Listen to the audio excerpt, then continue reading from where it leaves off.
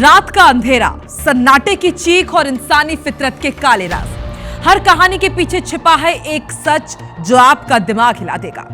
LSD में आज दिखाएंगे उन अपराधों की हकीकत जो समाज के चेहरे से नकाब उतार देती है। नमस्कार, मैं हूं आकांक्षा पांडे। प्यार और धोखे की दुनिया में क्या है वो सनसनीखेज मिस्ट्री? आइए पलटते हैं आज हुए अपराधों के पन्ने।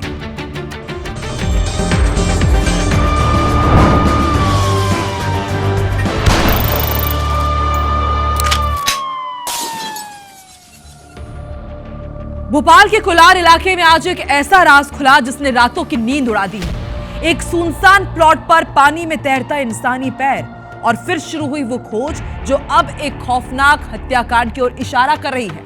कौन है ये बेबस शिकार? किसने इतनी बेरहमी से लाश को चाकू की धार पर नचाया है? आखिर किसने रात के काले पर्दे में खून की होली खेली है? आइए आपको ले चले इस डरावनी मर्डर मिस्ट्री की गहराइयों में, जहां हर सवाल एक नया साया खड़ा करता है।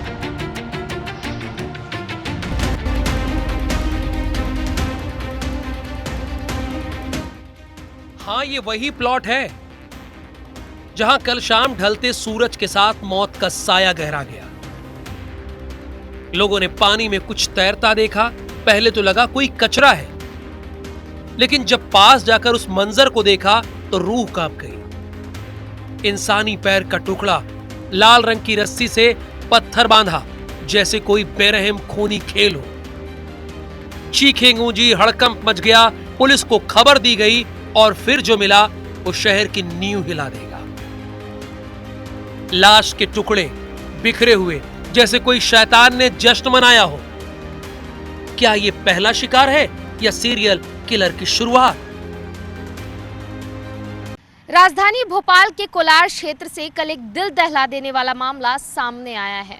इस वक्त जहां पर मैं मौजूद हूं, ये कोलार स्थित एक प्लॉट है।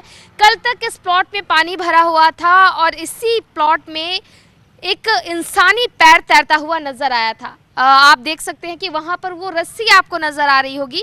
कल उसी रस्सी के माध्यम से उस इंसानी पैर को खींचकर बाहर निकाला गया। ये जो रात तक यहाँ पर पुलिस की टीम ने सर्चिंग किया और सुबह भी पुलिस की टीम ने यहाँ पर सर्चिंग किया, और आप देख सकते हैं कि इसके पानी को पूरा निकाला गया है। और वहाँ पे जो वो कोना है, वहाँ पे कल यहाँ पर एक इंसानी पैर तैरता हुआ नजर आया, और साथ ही साथ मिले कुछ ऐसे सबूत जो इशारा करते हैं कि कहीं ये इंसानी पैर किसी महिला का तो नहीं। कोलार की ये गुत्थी अब और उलझ रही है। खून के धब्बे साफ, लेकिन हत्यारे का चेहरा धुंधला। हमने मोहल्ले में दस्तक दी, चश्मदीदों की जुबानी सुनी। वो रात जब अंधेरा मौत बन गया, पहले तो लगा जानवर का पैर, लेकिन करीब जाकर देखने पर होश फाख्ता हो गए। लाल रस्सी पे लिपटा इंसानी टुकड़ा पानी में तैरता, जैसे कोई भूत या संदेश। गवाहों का यकीन, रात के सन्नाटे में हुआ ये कत्ल। लेकिन क्यों? क्या हत्यारा अभी भी आसपास घूम रहा है, अगले शिकार की तलाश में? इस मामले की छानबीन करते करते हम उस कॉलोनी में आ पहुंचे जहां से ये प्लॉट लगा हुआ है। आप देख सकते हैं कि सामने दूर वो प्लॉट है, उसके ठीक सामने जो घर है, हम यहाँ पर आए हैं और इस उम्मीद से आए कि यहाँ पर जो लोग हैं शायद उन्हें कुछ ऐसे सबूत दिखे हों, शायद उन्हें कोई संदिग्ध चीज़ या संदिग्ध व्यक्ति जो है वो नजर आया हो। कल आपको कब इस मामले की खबर चली? आप इसके चश्मदीद गवाह हैं, आपने देखा, क्या कुछ आपने देखा था? यहाँ 4 बजे पता चला है कि यहाँ पर कुछ लाश वगैरह बरामद हुई है, जिसका खाली नीचे का हिस्सा मिला था और कुछ भी नहीं मिला। और शाम के टाइम हाथ का थोड़ा हिस्सा मिला है, लेकिन वो पुलिस विभाग ने उसे ओपन नहीं किया। तो ये सारी चीजें भी। तो ये सारी चीजें किस में पैक थी? किसी में पैक थी? ये लाल दुपट्टे में पैक था, और जिसमें 2 से 2.5 किलो का पत्थर बंधा हुआ था, इसलिए पानी में डूबा हुआ था। वो पत्थर बंधा हुआ था और वो मिला है किन छोटे छोटे बच्चों को जो कबाड़ा वगैरह बीनते हैं, तो वो लोग घुसे हुए थे, तो उन्हें ये सारी चीजें पता चली, फिर उन्होंने बताया।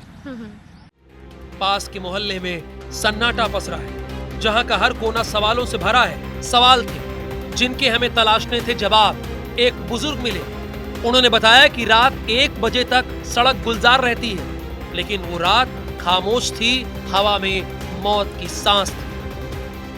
ये घटनाक्रम जो है यदि हुआ है तो निश्चित है, ऐसा मेरा मानना है कि 2 से 4 के बीच में रात में कभी हुआ होगा, क्योंकि 1 बजे रात तक तो रोड इतना ज़्यादा चलता है ये 12:30 बजे तक तो यहाँ पे आसपास ये होटल है, ये आइसक्रीम के ठेले वगैरह यहीं तक खड़े रहते हैं। तो ये वो 2-3 घंटे में कभी हुआ होगा, ऐसा आइडिया है मेरा। पुलिस हर कोने को छान रही है। फॉरेंसिक टीम ने सबूत समेटे, रस्सी, पत्थर, खून के निशान। आसपास के एरिया में सीसीटीवी ना होना भी एक बड़ी कमजोरी और पुलिस के सामने एक बड़ी मुश्किल। लाश के बाकी टुकड़े कहां हैं? हत्यारा कौन? प्रेमी, दुश्मन या कोई सनकी दिमाग? क्या कोलार में आने वाली रातों में चांद लाल होगा? सूचना प्राप्त हुई कि रोड के किनारे डी मार्ट के आगे एक निर्माणाधीन प्लॉट है, जिसके प्लॉट के चारों तरफ से बाउंड्री बनी हुई है, बीम खुदी हुई, पिलर वगैरह भरे हुए हैं। बरसात का पानी उसमें इकट्ठा हो गया, तो उसमें कुछ मानव अंग जैसा, पैर जैसा तैरने की सूचना पुलिस को मिली। बॉडी है अधूरी, कैसा भी कुछ भी कहना मुश्किल है। मौके पे एफएसएल की टीम है, जांच जारी है।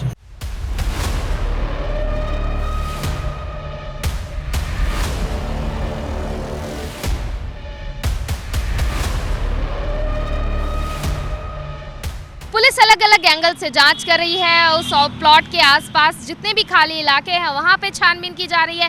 आसपास के तालाब, जलाशयों में भी सर्चिंग ऑपरेशन जारी है। संभवतः क्या पता कि कातिल ने शरीर के अन्य टुकड़े, अन्य हिस्से आसपास के सुनसान इलाकों में फेंके हों। और साथ ही साथ पुलिस का कहना है कि जो संदिग्ध हैं, जो गुम लोग हैं, जो गुमशुदा हो चुके हैं, उनकी लिस्टिंग भी की जा रही है। महिलाओं की लिस्ट बनाई जा रही है, पुरुषों की लिस्ट बनाई जा रही है कि पिछले 1-2 महीने में कितने लोगों की लापता की खबर निकलकर सामने आई है। लेकिन सवाल यही है कि आखिर ये हैवान है कौन जिसने इतनी निर्ममता के साथ न सिर्फ हत्या की बल्कि शरीर के कई टुकड़े करके उन्हें ठिकाने भी लगाया। क्या उस हैवान के चेहरे से पर्दा हटेगा? क्या उसे सजा मिलेगी? कैमरा पर्सन संजय शुक्ला के साथ साक्षी त्रिपाठी, IBC 24 भोपाल। पूरे भारत में नवरात्रि का पर्व खास रौनक लेकर आया। बात अगर संस्कारधानी जबलपुर की जाए तो यहाँ नवदुर्गा की अलग ही अंदाज में धूम रहती है। लेकिन इसी धूम के बीच किसी का परिवार उजड़ गया, किसी की जिंदगी मौत की बलि चढ़ गई।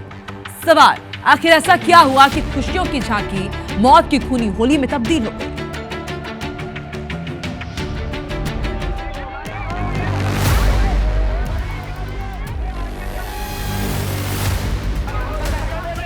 नवरात्रि के 9 दिन मां दुर्गा की पूजा अर्चना के बाद विसर्जन का वक्त था। जबलपुर के माड़ोताल थाना इलाके के राजीव गांधी मोहल्ले में भी देवी प्रतिमा का चल समारोह निकल रहा था। इसी दौरान मोहल्ले का ही रहने वाला ईश्वर वंशकार भी समारोह में शामिल हुआ। लेकिन जब ये जुलूस दीनदयाल चौक पहुंचा तो ईश्वर का 5 बदमाशों से किसी बात पर विवाद हो गया और विवाद इतना बड़ा कि लाठी डंडों और लात घूंसों से मारपीट शुरू कर दी। मौके पर मौजूद लोगों और पुलिस ने किसी तरह मामले को शांत कराया, लेकिन बदमाशों के स्तर पर मानो खून सवार था। विसर्जन समारोह आगे बढ़ा, लेकिन 5 बदमाश लौटे अपने खून की प्यास बुझाने हथियारों से लेस।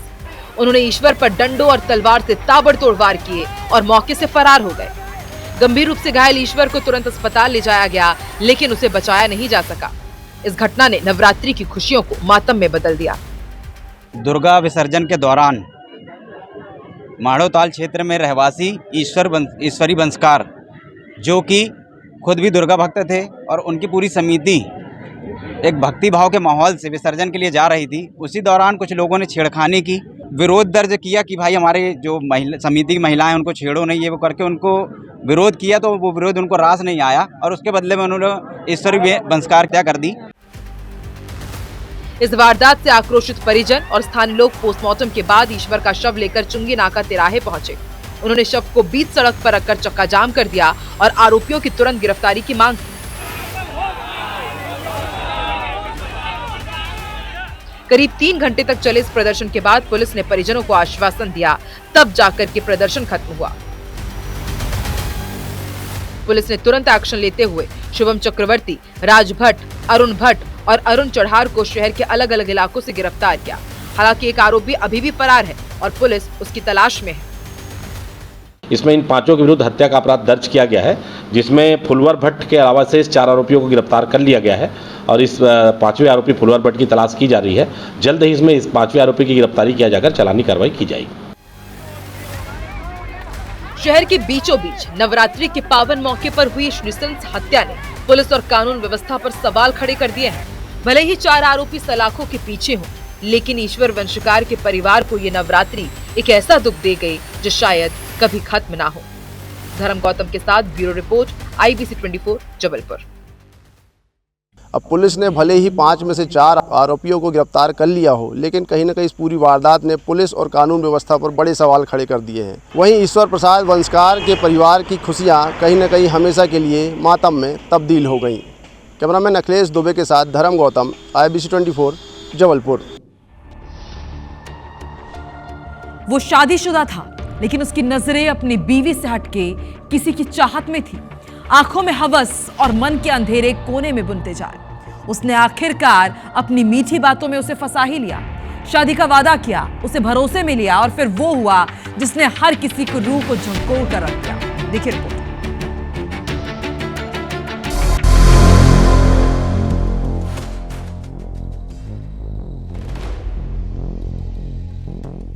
अमैया में एक युवती के साथ दुष्कर्म का मामला सामने आया है। पीड़िता ने पुलिस को बताया कि उसकी रुपेश कुमार कुशवाहा से जान पहचान इसी साल की शुरुआत में हुई थी। दोनों के बीच फोन, इंस्टाग्राम और व्हाट्सएप पर बातचीत शुरू हुई और धीरे धीरे रिश्ता गहरा गया। रुपेश ने युवती और उसकी मां से शादी का वादा किया, लेकिन बाद में उसने धोखा दे दिया। 9 अगस्त, 16 अगस्त और 2 अक्टूबर को रुपेश ने युवती को अपने दोस्त के किराए के कमरे पर बुलाकर शादी का झांसा देकर दुष्कर्म किया। जब युवती ने शादी की बात उठाई तो आरोपी ने बातचीत ही बंद कर दी। रिपोर्ट लिखाई है कि एक व्यक्ति जो है शादीशुदा होने के बावजूद भी और उसको शादी का झांसा देके उनके साथ लगातार गलत काम किया है, जिस पर से हमने रिपोर्ट दर्ज की है और 2 घंटे के अंदर ही आरोपी को हमने गिरफ्तार कर लिया है। अब 1 साल होने को है, 2025 में ही परिचित हुए थे और उसके बाद उसने लगातार उसको इस भ्रम में रखा कि वो शादीशुदा नहीं है और उसके साथ शादी करेगा। पीड़िता ने अपनी मां को सारी बात बताई, जिसके बाद थाने में शिकायत दर्ज की गई। पुलिस ने तुरंत कार्रवाई करते हुए आरोपी को हिरासत में लिया। ये मामला क्षेत्र में चर्चा का विषय बना हुआ है। पुलिस का कहना है कि जांच पूरी होने के बाद आगे की कार्रवाई होगी। इस मामले ने एक बार फिर से महिलाओं की सुरक्षा और धोखाधड़ी से जुड़े अपराधों पर सवाल खड़े किए। युवती ने बताया कि उससे करीब 2 वर्ष से वह लगातार संपर्क में था और कई बार उसके साथ दुष्कर्म किया है। लगातार शादी का झांसा देकर उसके साथ दुष्कर्म किया और बाद में वह युवक मुकर गया, शादी करने से इनकार कर दिया। जब शादी से इनकार कर दिया तब युवती उक्त घटना की शिकायत कराने अमैया थाने पहुंची और शिकायत दर्ज कराई है। प्रथम दृष्टया दुष्कर्म का केस दर्ज कर अमैया पुलिस ने महज 2 घंटे में ही आरोपी को गिरफ्तार कर लिया है। आगे की जांच अभी जारी है। दानेन्द्र प्रताप सिंह, IBC 24 रीवा। कानून नहीं करता है किसी को भी माफ। आज नहीं तो कल होगा हर गुनाहगार साफ, क्योंकि LSD में जारी है जंग क्राइम के खिलाफ।